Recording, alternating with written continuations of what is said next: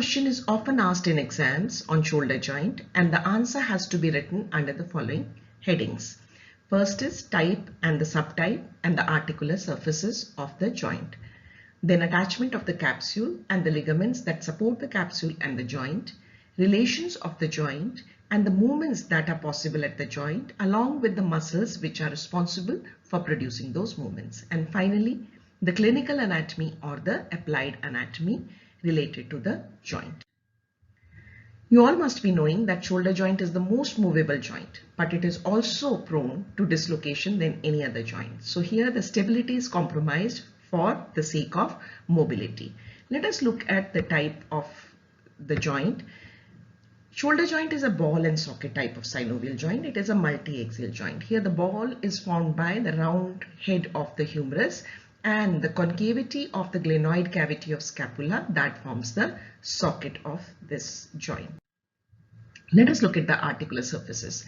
The articular surfaces are disproportionate to each other, and this is the reason for instability of this joint. So here we can see laterally the articular surface is formed by the head of the humerus, and this is larger as compared to the glenoid cavity, whereas the glenoid cavity of the scapula, this is not only smaller, it is very shallow also. So here again another thing that we can see here is that the articular surfaces are covered by this blue line which represents the articular cartilage, right? And that is hyaline cartilage. All synovial joints, with few exceptions, their articular surfaces are always covered by hyaline cartilage. The exceptions are the temporomandibular joint and the sternoclavicular joint. There the articular surfaces are covered by fibrocartilage and not hyaline cartilage. Now, as I said earlier, that the glenoid cavity is shallow, so it needs to be deepened. So there is a fibrocartilaginous ring which is attached to the margins of the glenoid cavity to make it a little deep, and this ring is known as glenoid labrums. This is fibrocartilaginous in nature. Coming to capsule of the shoulder joint, like any other synovial joint, it is going to enclose the whole of the joint from all the sides. But in this case, it is thin and it is lax, that is loose, because it has to allow wide range of movements. So we will first look at the attachment of the capsule on the humerus and then on the scapula. So laterally, the capsule is attached to the humerus, and where exactly it is attached? It is attached to the anatomical neck all along, except inferomedially, where it dips down or extends approximately 1.5 centimeter below the anatomical neck. It reaches the surgical neck of the humerus. So here it is very loose. So this here again, this is to allow more mobility. One more point of attachment of the capsule on the humerus is that it is deficient at one place, that is between the lesser tubercle and the greater tubercle. We can see there is a groove here, and this groove, actually in this groove lies the tendon of the biceps brachii. So 2 points we have to remember about the attachment of capsule on the humerus. First thing, it is attached all along anatomical neck except inferomedially, where it extends 1.5 centimeter below the anatomical neck, reaches the surgical neck of the humerus. And second, there is a deficiency in the capsule between the lesser and the greater tubercle. Now let us see its attachment on the scapula. So medially it is attached to the scapula, and beyond the attachment of the margins of the glenoid cavity, in fact beyond the attachment of the glenoid labrum. Now if we see superiorly, the capsule is going to enclose a bony prominence which is known as the supraglenoid tubercle, which provides origin to the long head of biceps brachii. So origin of long head of biceps brachii, that is intracapsular, the tendon is going to run through the joint and will escape the joint through this deficiency in the capsule between the two tubercles, and then will be lodged here in the bicipital groove on the humerus. So let us look at the ligaments that support the joint, and these are: anteriorly we have 3 bands, and these are known as glenohumeral ligaments. So they are the superior, middle, and inferior glenohumeral ligaments. Superiorly we have another ligament here, and that is coracohumeral ligament. Now we had a deficiency in the capsule, so bridging that gap we have another ligament which is known as transverse humeral ligament. Now, if we see this coracohumeral ligament, this is going to extend from the base of the coracoid process till the greater tubercle, and it strengthens the capsule superiorly. Then glenohumeral ligaments we will see a little later, but let us first look at the transverse humeral ligament. This bridges the gap between the greater and the lesser tubercle, so it here supports the capsule. And the three glenohumeral ligaments, these three bands, they are going to strengthen the capsule anteriorly. Now, area between the superior and the middle glenohumeral ligament, this is a point of weakness, and this usually is the site of anterior dislocation of the shoulder joint. There are two accessory ligaments also which indirectly support it, and they are, here we can see this is the coracoid process, this bone is the clavicle, and here we have the acromion process. So first ligament is coracoclavicular ligament extending from coracoid process to the inferior surface of lateral 1/3 of clavicle. And another very important ligament here is from the coracoid process to the acromion process, and these three structures together, that is coracoid process, coracoacromial ligament and the acromion process, they form coracoacromial arch. Now let us look at the synovial membrane. Like any other synovial joint, so here also the capsule from inner aspect will be lined by the synovial membrane, which is going to produce the synovial fluid to lubricate the articular surfaces there. So here also you can see the dotted line. This is the synovial membrane. So this will be lining the capsule from the inside and also the non-articular parts of the bones. We can see here, right, or the humerus, this part is also lined by the synovial membrane except the articular surfaces. Articular surfaces are never covered by the synovial membrane. Now let us see some specific features of the synovial membrane of shoulder joint, right? Now what happens here is that the synovial membrane from the capsule, here it is lining the capsule has been removed, and this is going to get reflected and will form a tubular sheath around the long head of biceps brachii. Remember that has intracapsular origin, and anteriorly, it will also extend through the anterior wall of the capsule and will become continuous with the bursa, which is present deep to the subscapularis muscle, and that bursa is known as subscapularis bursa. So these are the two modifications of the synovial membrane that can be seen, that it is forming a tubular sheath around the tendon of long head of biceps brachii, and second is it is continuous with the subscapularis bursa. We come to movements now. The movements, it is a multi-axial joint, so the movements will be possible across three planes, and they are flexion and extension, abduction and adduction, medial rotation and lateral rotation, and combining of these four movements, right, that forms circumduction. Okay, let us begin with the flexion.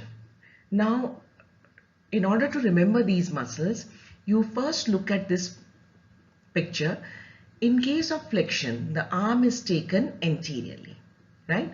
So you can put your hand on the upper part of the chest and the fingers on the upper part of the arm when the arm is by the side, that is in adducted position. Now take the arm forward against a little resistance, and you can feel contraction of certain muscles, and these muscles are where your palm is placed. There we have the clavicular head of pectoralis major, and then another muscle taking origin from clavicle going to humerus is the anterior fibers of the deltoid, and just below the lateral 1/3 of the clavicle you will feel the coracoid process, and from there two muscles are going to the anterior compartment of arm, and these two are biceps brachii and along with that coracobrachialis. So these are the four muscles which are responsible for flexion at the shoulder joint. So again, I'll repeat, the muscles are pectoralis major. The muscles have to be anteriorly placed, right? So they are pectoralis major, anterior fibers of the deltoid, and biceps brachii and coracobrachialis. What you have to remember? You just have to remember the muscles which are attached to the clavicle and to the coracoid process. They will be responsible for flexion at the shoulder joint. Coming to extension, you can see here the arm is taken posteriorly or backwards. So which muscles will be responsible? The muscles have to be placed posteriorly, right? So we have a big huge muscle on the posterior aspect of the trunk that is known as latissimus dorsi.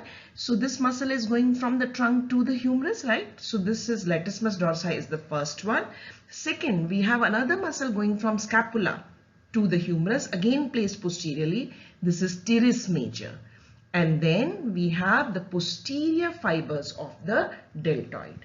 So these three are main muscles. They are responsible for extension. Triceps long head also helps in extension, but these are the three main muscles.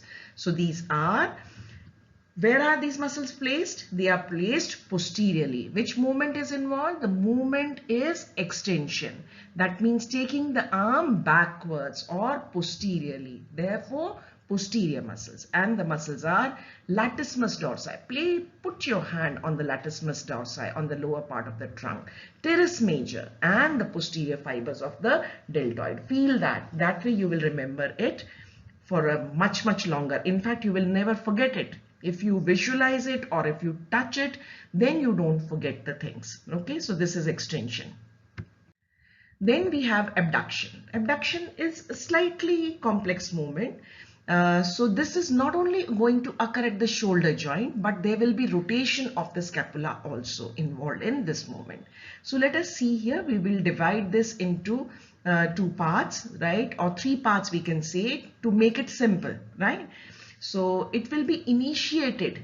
The beginning will occur, and that muscle which is responsible for 0 to 15 degree of abduction is supraspinatus. Deltoid cannot initiate, right? Because the pull is in different direction, right? The head is going to hit the coracoacromial arch, right? So it has to be slightly tilted away. The humerus has to be tilted away from the body first, and this can be done only by supraspinatus. So first 0 to 15 degree abduction is done by supraspinatus. Then most of the books will mention that from 15 to 90 degree will be done by the middle fibers of the deltoid, right? And above 90 degree, it is not possible without rotating the scapula. Otherwise, the greater tubercle of the humerus will hit the coracoacromial arch, right? So that's why, or the acromion process to be precise. So that's why the scapula has to be rotated laterally, right? It has to be, the glenoid cavity has to be tilted upwards. And this is done by the upper and the lower fibers of trapezius and serratus anterior. Now, how exactly abduction occurs? Let us see. For every 3 degree of abduction of the arm, that is at the shoulder joint, this is beyond the 15 degree. 2 degree abduction is going to occur at the shoulder joint where the deltoid is going to function, and 1 degree of abduction occurs by rotation of scapula where the upper and lower fibers of trapezius and the serratus anterior will be involved. We can see here how the upper fibers of the trapezius are pulling the lateral end of the scapula upwards, and these are the lower fibers of the trapezius working, and serratus anterior pulling the inferior angle forwards, right? So this will make the scapula rotate upwards or rotate it laterally. So actually, if this does not happen, then what will happen? Approximately around 120 degree of abduction, the greater tuberosity of the humerus that can come in contact with the acromion process if the scapula is not rotated.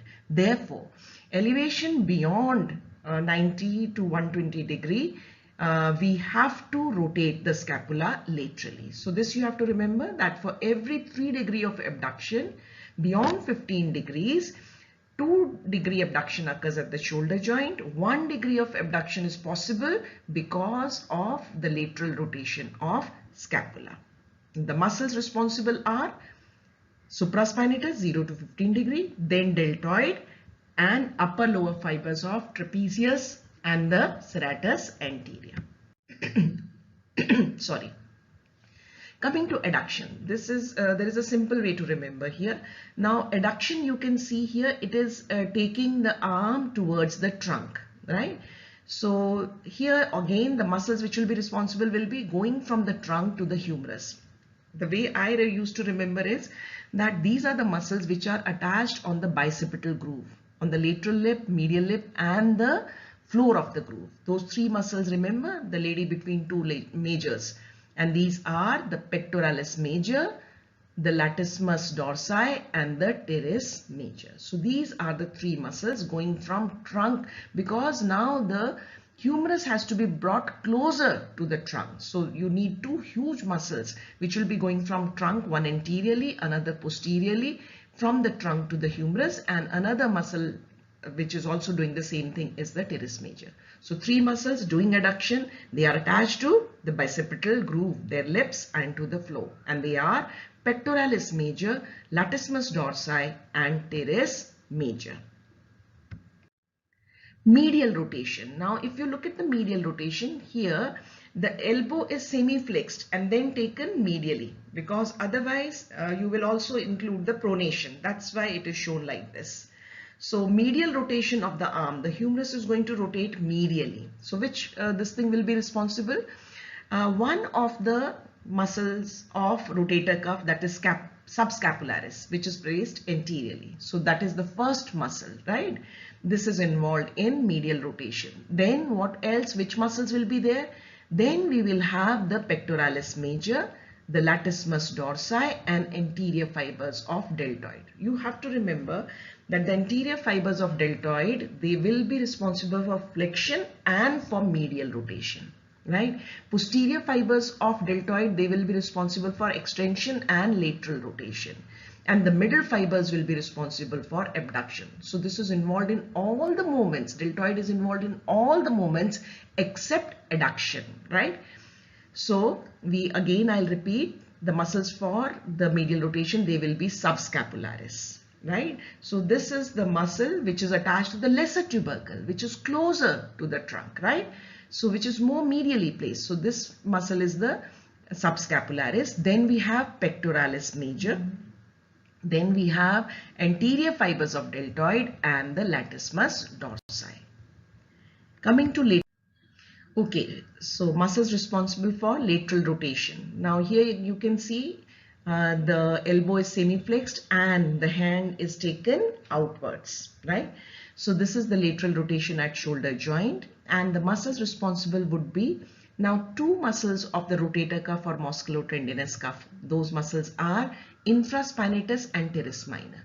Now for rotation at any joint, the muscles actually should be inserted and they should take origin very close to the joint. So that's why the musculotendinous cuff muscle, they are involved in rotation. Subscapularis in medial rotation and infraspinatus and teres minor, which are attached to the greater tubercle, right, which is laterally placed. So they will move the humerus laterally.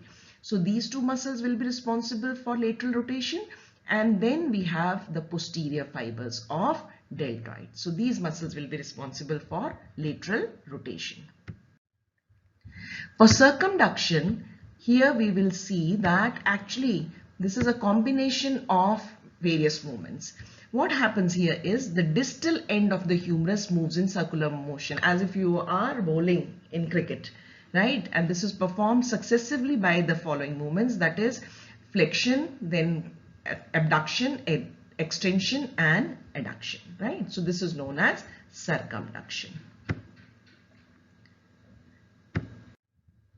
Now let us look at the relations of the shoulder joint. So here we are going to see the superior relations, the inferior relations, the anterior relations and the posterior relations. So let us start with the superior relations. So you have to now visualize. In anatomy, if you want to remember things for long time, although they say that anatomy is memorization, I don't accept that. Memory is actually, anatomy is a visual subject, so you have to visualize in your body. Everything is there in your body, right?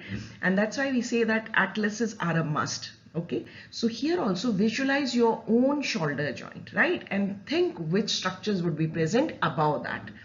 So starting with the first muscle that will be present just above the shoulder joint, that will be the supraspinatus. Now there is a bursa, right? We can see here there is a bursa above that, and this bursa is known as subacromial bursa. Sometimes it is very big and extends deep to the deltoid also. Then this bursa is known as subdeltoid bursa also. So this bursa becomes very important for the smooth movement of the supraspinatus. Otherwise, it is going to rub against the coracoacromial arch. Okay, so the first structure superiorly is the supraspinatus tendon. I hope you are visualizing that. And then there is a bursa, right? The sac of the synovial sheath, you can say that. They are lubricating structure. And then after that, what will we have? We'll have coracoacromial arch, or you can see coracoacromial ligament would be there. And then finally above that will be the deltoid muscle, right? So these are the structures which will be present on the superior aspect, supraspinatus. Then we have the subacromial bursa, we have coracoacromial ligament, and the uppermost structure has to be deltoid. Next, let us see, okay, this is just to tell you the structures which will be within the joint. Obviously would be the tendon of the biceps brachii. We have already seen that. So let us see the structures which will be present anteriorly. So anteriorly, if you see again, let us see here, the first muscle would be closest to it would be the subscapularis, right? So the closest muscle, right, superiorly, anteriorly and posteriorly, they have to be the rotator cuff muscles, right? And the outermost or the most superficial muscle which will be coming in relation to the shoulder joint anteriorly, superiorly and posteriorly has to be deltoid. So first of all, remember this. Okay, so superiorly, which muscle of the musculotendinous of cuff was present or rotator cuff? Supraspinatus. Anteriorly would be the subscapularis. And then anteriorly we have the coracoid process. So two muscles taking origin from coracoid process are short head of biceps brachii and coracobrachialis. So they will come in relation anteriorly. And which muscle I told you superficial would be there? That would be the deltoid muscle, right? So these are anterior relation. Subscapularis, then muscles attached to coracoid process, that is short head of biceps, then coracobrachialis, and then we have the deltoid, right? So anterior fibers of deltoid would be there. Now let us see the structures which will be present posteriorly. Again, remember, the deepest structure would be the musculotendinous cuff muscles. And which two muscles are left now? Infraspinatus above and teres minor below. And which muscle will be covering them? Deltoid. Is this simple now? So superiorly you have the supraspinatus, anteriorly you have the subscapularis, posteriorly you have infraspinatus and the teres minor. Superiorly, between the deltoid and the supraspinatus, you have two structures, and these are the subacromial bursa and coracoacromial ligament. Anteriorly also, between the deltoid and the subscapularis, you have two muscles, and these are the short head of biceps and the coracobrachialis. But posteriorly, there is nothing between the muscles of the musculotendinous cuff and deltoid, right? So infraspinatus, teres minor and deltoid. Coming inferiorly, the joint is not supported by the musculotendinous cuff muscle, so they won't be there. But from infraglenoid tubercle of the scapula, a muscle takes origin. So that will be placed inferiorly, and that muscle is the long head of triceps.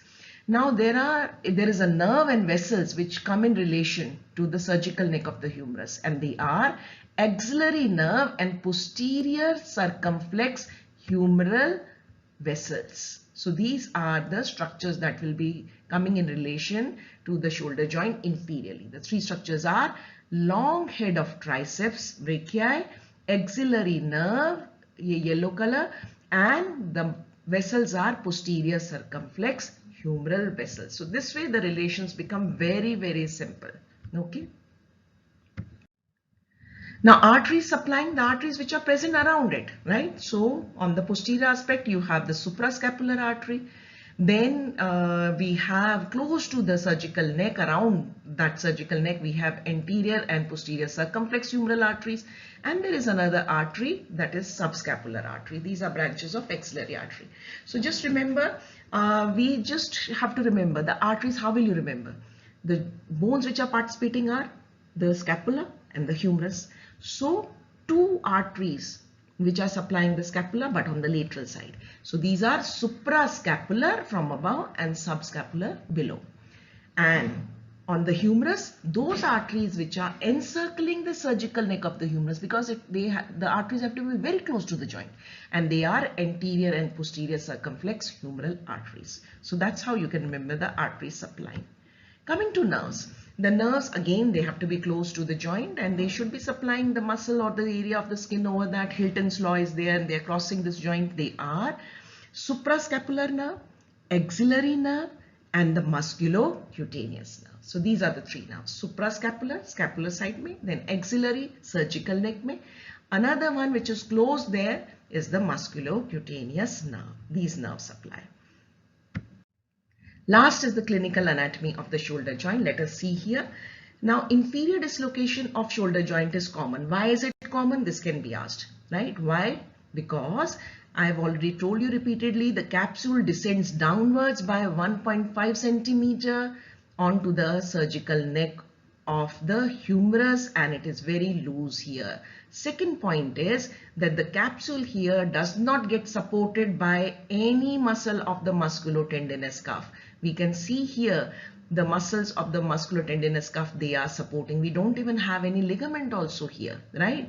So the muscles are anteriorly subscapularis, above supraspinatus, and posteriorly teres minor and infraspinatus. But there is no muscle which can support here inferiorly, right? So that's why the inferior dislocation of shoulder joint is common. Now what happens? Following inferior dislocation of shoulder joint, it is found that the patient, you can see the rounded contour of the shoulder that is lost, and there is weakness in one of the movement, and that is abduction of arm. If you see which muscle forms the roundedness of the shoulder, that is deltoid. Which muscle is involved in abduction? That is also deltoid, right? So what happens to deltoid when there is inferior dislocation? What happens in inferior dislocation? The nerve which is related to the surgical neck of the humerus, that is axillary nerve, that may get injured, and as a result there will be paralysis of the deltoid muscle, and that's why the rounded contour of the shoulder that will be lost, and plus there will be weakness in the movement of abduction. So beyond that, right, what else will be seen in this patient? The axillary nerve by its cutaneous branch that supplies the skin over the lower half of the deltoid. This is known as the regimental badge area. The forces people, they put their badges here. You must have seen a colored patch is put here, right? So there also there will be sensory loss. So this is somewhere here. This is the deltoid. So here on the lateral aspect of the deltoid, in it, the skin over its lower part, there the sensory innervation or sensory loss would be also there.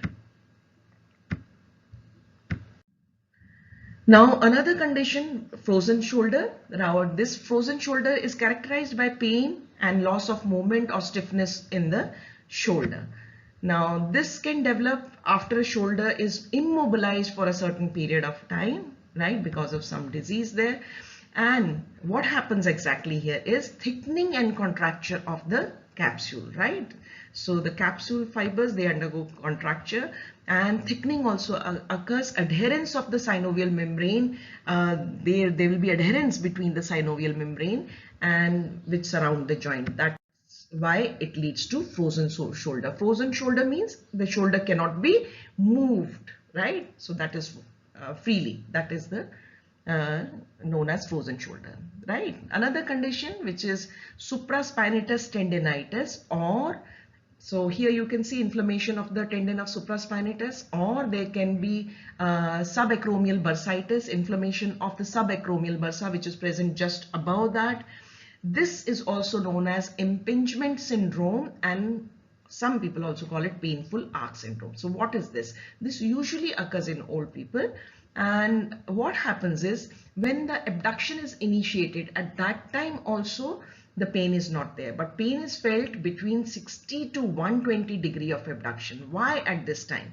Because at this time what happens when the arm is taken upwards, the inflamed tendon of supraspinatus, that is in case of supraspinatus tendinitis, or inflamed subacromial bursa, in case of subacromial bursitis, they press against the coracoacromial arch, and because of that the patient feels pain.